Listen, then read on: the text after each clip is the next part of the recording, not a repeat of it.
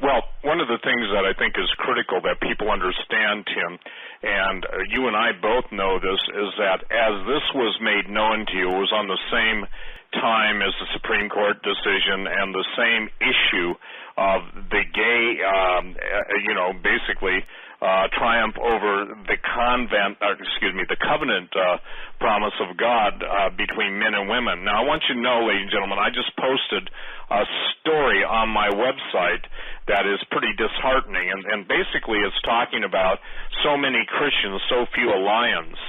One of the things that people don't understand is in the book of Numbers, the land devours its inhabitants. One of the things I wrote on Genesis 6 Giants, my second edition, from page 230, I saw somebody sent me a link where some guy was taking me on over this statement. Well, he didn't do his homework. I did mine. I'm quoting from Diodorus Seleucus. Basically, he's a pretty interesting guy because he knew the history of the world at that time, especially when it came to the Romans' encounter with the Celts, or what were really formerly known as the Sumerians, and the Sumerians or the Scythians. Diodorus, Book 5, 32nd verse. Now, I want everyone to understand this. This would be concurrent or even before the time that the giants may have fled to South America, the New World. Although their wives are comely, they have very little to do with them, but rage with lust in outlandish fashion for the embraces of males.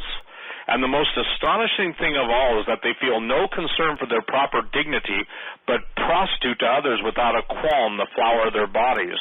Nor do they consider this a disgraceful thing to do, but rather when any one of them is thus approached and refuses the favor offered him, they consider an act of dishonor. That's from my book, Genesis 6 Giants, second edition, page 230, and it's quoting Diodorus Seleucus. Basically, he was a semi-historian poet, but the guy lived around 124 to 170 AD. So what's fascinating is we've got the same reports coming in Numbers. We have it in the Old Testament. We have cannibalism always equated with giants. There's never a case of Shrek being a vegetarian, okay? I told you that in Suetonius's book, The 12 Caesars, that Nero, now this is what's critical, Nero, who was insane, who blamed the Christians for burning down Rome, the fires that he set, had an ogre. He had a giant that was a cannibal, and he used to get his jollies by watching that ogre devour people whole. So the point of Tim's find, I find it interesting. In the mouth of 2 or 3 witnesses, let every word be established. This is why I'm making the statement that the gates of hell have opened. Tom Horn's making those statements. Tim is out in the woods around the world looking for the gates, interviewing the people that know about the gates, interview the people that know who comes along when the giants are found. I mean, I've told this story so many times, Tim, of a couple in Pennsylvania that were farmers. They turned over an area in the vicinity of a mound. They found a couple of 12-foot-long skeletons. They made the mistake of telling it to the post office. The post office immediately notified the FBI and someone else. They came in and took the skeletons and basically told the people to shut up or they'd meet an unfortunate end. Now, some people don't believe that. Well, given the fact that every time Tim and the film crew have gone to, it doesn't matter if it's Sardinia, it doesn't matter if it's Peru, it doesn't matter if it's Bolivia, there's always the, quote, unseen hand watching them. Agents in the field sitting in restaurants. You'd almost think it was an Indiana Jones movie with the guy in the corner. You know, I asked Tim, I said, Tim, did he have round glasses and a long trench coat? And Tim kind of laughed. But the point being is, without a doubt, the common theme, the common, if you will, interviewees, they all respond the same way. They've watched the giant bones be excavated, and you know what's interesting, Tim? I believe they're letting the older generation die off or hastening their demise in order to be able to spring their, if you will, spin on the whole thing. The aliens created us, the aliens are saving us, and for people that don't get it, the Vatican is very serious about that. Tom Horn has documented it in Exo Vaticana. He's done a great job of explaining all his interviews, and again, what we're trying to get people to understand is there truly is nothing new under the sun. And that which has been will be again. You know, having taken heat for 21 years, Doug, no, 25 years over this issue, and now, I even posted a story tonight that that they're talking about a Jewish, and to my knowledge, this is the first time outside of Barry Kamish talking about Jewish rabbi scholars talking about, should we expect giants? Did you guys see that? I saw the email you sent me. Yeah. Okay. I saw the email that.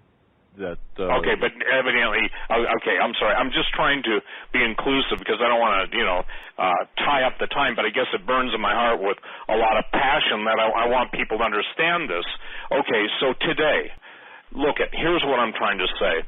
This isn't coincidence. This isn't chance. This isn't probability. What's going on here is even the headlines are how do I say this, ringing out with the idea that, look, people can't get away from the fact that this is all happening now. It's just like the other day. People have always said that, well, hybrids, chimeras, all this stuff is just this is just all myth and legend. No, it isn't. The London Daily Mail carried a story about skeletons, human skeletons, being found with hybrid creatures. Did you see that, Doug? The reference, are you talking about the Daily Mail one, or is this something totally different? Yes. Yeah. Look, here's what I'm trying to say, and then I'll give it back to you, Tim. The bottom line is that the headlines now are giving verification, if you will, or at least announcing two different headlines within 24 hours talking about chimera-like creatures. Those are genetic hybrids, which, by the way, ancient history records that the death of, and we'll get into this, the pre-flood civilizations were destroyed when they started messing with genetic tampering. For the record, I have not been able to separate, Tim, Doug, and Joe, the historic events of genetic tampering following homosexuality. So what I'm saying there is this. When we're seeing the stories that they're now going to make babies without the necessity of a woman and all that stuff, I'm just saying this, forgive me, this is really complex, so I'm trying to be as simplistic as I can. What we're seeing is all hell vomiting the very destructive forces and sciences that result in their total demise. That's where we're at. That's what the days of Noah mean. That's what the days of Lot mean. I've seen people try and embrace the devil's behind and excuse it, and they won't even deal with it. And Jesus said that's what we're dealing with as we approach that time. Go ahead, Tim. It's amazing to me that the symbol for the gay activists or the gay rights movement and is the rainbow. And obviously the rainbow was a covenant between God and man that he wouldn't send another flood and destroy the earth. And the reason why that flood came was exactly what Steve said. It had to do with genetics, obviously the fallen angels, the giants, the violence, the wickedness, and definitely the sexual perversion. So here, the very symbolism that the sodomites are marching under, that the homosexuals are marching under, their very banner is giving God the finger. That's literally what it is. And it's shaking their fist at God. He promised he would never destroy the earth with water again. And it's just like Steve said, all hell is being unleashed. It's being loosed. And what's literally happening, the more you look around, the more you see what's going on all over the place, the technology that's coming out, the brutality that we see with ISIS, the sodomite movements all over the earth, taking over the culture, transhumanism. What's happening is we're getting a repeat of the pre-flood world. That's exactly what's happening. It's the days of Noah part 2. And I love all these people who scoff and say, oh, that's not what the days of Noah means. The days of Noah only means that just as the destruction came swiftly on them, they were eating and drinking and marrying and being given in marriage, and then destruction came. And that's all that means. Well, it must just be a coincidence that everything else is happening now too, right? That's just a coincidence. It's just a coincidence that we're tampering with the genetics. It's just a coincidence that we're creating transhumans. It's just a coincidence that the sodomite movements all over the earth are burgeoning. It's just a coincidence that we're finding evidence of giants all over the place. That's just a coincidence, right? I mean, that's the mentality of people. That's not what the days of Noah meant. Well, yes, it is. It has to be, because that's what's happening now. And obviously, we are closer to the coming of Christ than any other generation. That's obvious. And the days are looking more and more like they were before the flood. The problem is so many Christians don't understand what the world before the flood even looked like, because there's been such a great deception, such a deceptive work that's been done in academia, which, by the way, universities were founded by the Church of Rome. The whole idea of universities was founded by the Church of Rome. So the narrative has been controlled from the beginning. Now they don't need to be controlled. The narrative doesn't need to be controlled by Rome anymore, because all the secular humanists are running with it. So now we have the narrative of Darwinism, evolution, and the pre-flood world, or they don't even believe in the flood, most of them. So the prehistoric world, is the way they refer to it, was basically just a time of stupid mammals, and there was nothing else going on this planet, which is such a ridiculous lie.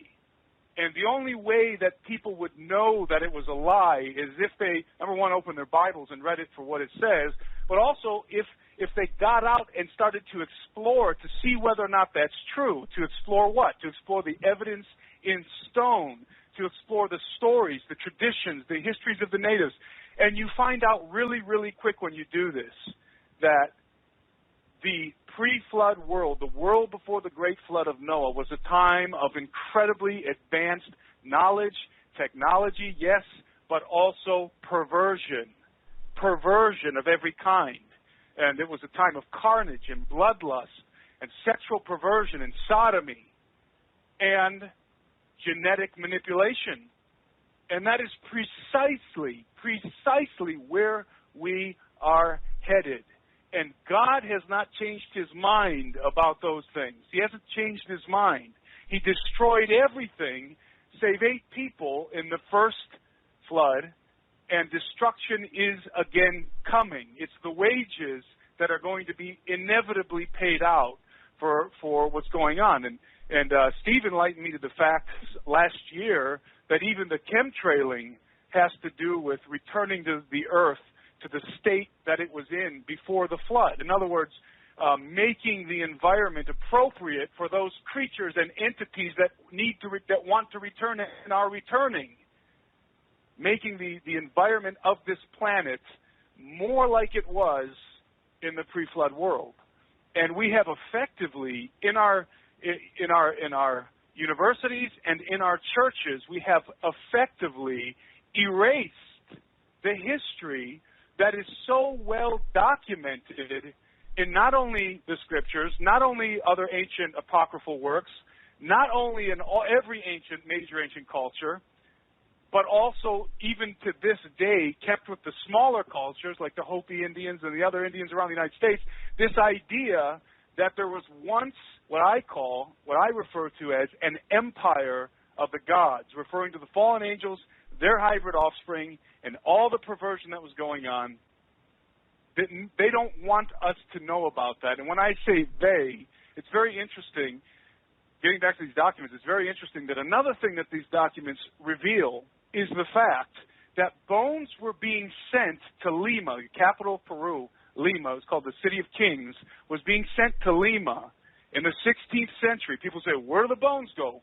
Well, I can tell you where they went in Peru for sure because it's chronicled here. The bones were sent to Lima, the ones that were of the greatest interest. And do you know where they ended up, at least some of them?